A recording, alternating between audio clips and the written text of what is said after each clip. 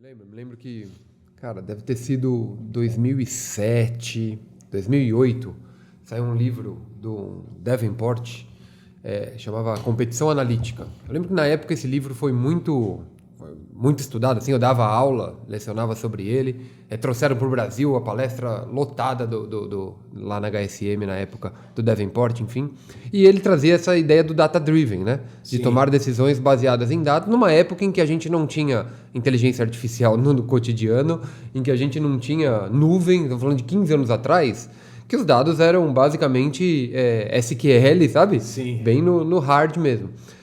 Mas eu me lembro muito bem dele mostrando as ideias, do potencial que isso tinha para o futuro, de tornar... E de fato aconteceu, né? Sim. Quer dizer, os dados, as informações e o processamento disso tudo é vantagem competitiva para quem tem, é um ponto de batalha. Mas ele apontava à época dois grandes fatores que precisaria evoluir para isso de fato virar realidade. O primeiro era tecnológico, e isso, acho que não tem dúvidas de que a gente chegou lá, né? Ou alcançou. Está chegando, né? A evolução é muito rápida, então o mundo daqui a 5 anos eu não faço ideia de qual vai ser, mas com certeza não é. Hoje, comparado com 15 anos atrás, a gente está numa posição de tecnologia 1000 vezes melhores, né? Sim, com certeza. Então isso andou. Agora, o outro lado estava na cabeça do tomador de decisão. Porque tomar decisão com base em dados não é uma coisa natural para o ser humano, né? Sim. O ser humano tem a intuição, tem o lado, isso aqui confia em mim, sabe? Confia em mim que eu já fiz isso durante 23 anos, toma essa decisão aqui. Não, mas os dados aqui estão mostrando que é a melhor estratégia. Não. Eu confio muito mais na minha experiência e no meu intuitivo do que num eventual dado. E muitas vezes a gente usa os dados e nos auto-sabotamos para usar o dado para decidir aquilo que eu já quero decidir. Sim. Então tinha uma discussão muito grande do quanto isso vai ser útil de verdade, sabe? Até quanto o tomador de decisão vai ter um mindset data-driven, vai ter educação para ter um mindset data-driven e, de fato, fazer aquilo que era o que o Davenport defendia como futuro na época. A minha pergunta é essa. Você acha que, mesmo com todo esse monte de ferramentas, o tomador de decisão, quem está lá na hora de assinar, de falar o caminho é A ou B, está usando de verdade essas novas tecnologias, está usufruindo de todo o potencial que elas têm para nos dar? Tá, essa é uma pergunta muito boa. A resposta é sim e não. Eu acho que algumas empresas já têm uma cultura data-driven estabelecida, principalmente as empresas que já são cloud natives, né? Vamos colocar assim, essas mais modernas, tecnológicas, que já nasceram na nuvem.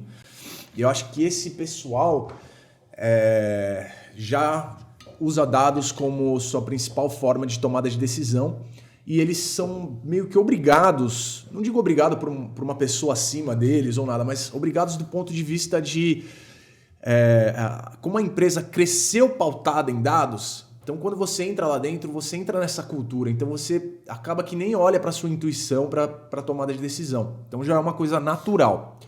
Agora, né, a gente vê ainda muitas empresas que, às vezes, até tem potencial para fazer tomada de decisão baseada em dados, mas não faz porque tem uma pessoa ou um grupo de pessoas ali que simplesmente não acredita nisso ou que está mais acostumado a fazer da forma que você mencionou, a minha intuição, a minha experiência.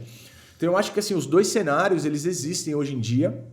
Em alguns casos eles são até conflitantes. Né? Eu vou pegar alguns cases que eu tenho aqui de clientes, por exemplo. Né? Eu tenho uma grande montadora alemã que é cliente nossa, que a gente gera relatórios de insights, né? Relatórios de dados dos clientes para as lojas que eles têm. São diversas lojas no Brasil e a maioria das lojas tem como que um franqueado, sabe? Tem um proprietário que não é a própria empresa. Mas ela fornece um relatório de insights para ele todo mês para ele tomar decisão ali no varejo automotivo dele. A gente sabe que nem todos consomem esse relatório, né? E que não é uma questão de ele querer ou não consumir, é uma questão de que talvez ele não acredite no potencial daqueles dados. Então, é preciso sempre mostrar de forma macro, né, o potencial dos dados que você gera.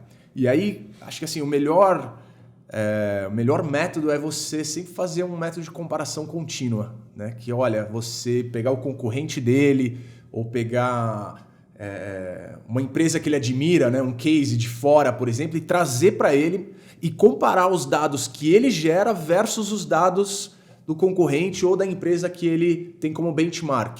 A partir dali, quando você coloca dois dados, né, de duas empresas diferentes, um frente ao outro, e você passa a analisar esses dados um por um individualmente, aí você desperta, através do método de comparação contínua, nesse empresário ou nessa pessoa, uma vocação maior para começar a olhar os dados. Ele para de se basear na intuição e começa a analisar dados. Por quê? Porque ele está se comparando a alguém ou a algo. Entendi. A partir dali, você consegue, acho que, imputar um pouco desse comportamento data-driven, sabe? Olha, tá vendo o seu concorrente? Ele tem esse dado e esse dado a mais que você.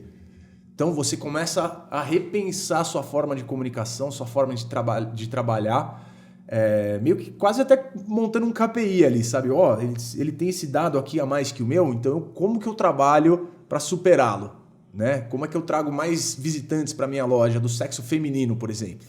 Né? Então ele começa a pensar em campanhas de marketing, ações de marketing que atraiam mais esse público. Então eu acho que o conflito existe, né? A gente vive um conflito de gerações também, né? A gente tem no mercado de trabalho pessoas com faixa etária de todos os tipos, né? Tem pessoas que não viveram essa revolução digital como o jovem está vivendo hoje, mas está no mercado de trabalho, tem muita experiência e tem muito a agregar. Então, acho que a somatória dessas duas coisas, dados mais experiência, ela é o primeiro passo para você se tornar data-driven, né? E eu acho que é muito importante você também, quando você se dispõe a ser data-driven, é você aceitar a frustração de errar, sabe? De você ter um insight, de você ter uma ideia, claro, e o dado te mostrar que você está errado e você aceitar aquilo. Porque tem muita gente que fala, não, é o dado que não está sendo coletado direito. Não, na verdade é você que errou mesmo, sabe? Você que está tomando a decisão errada.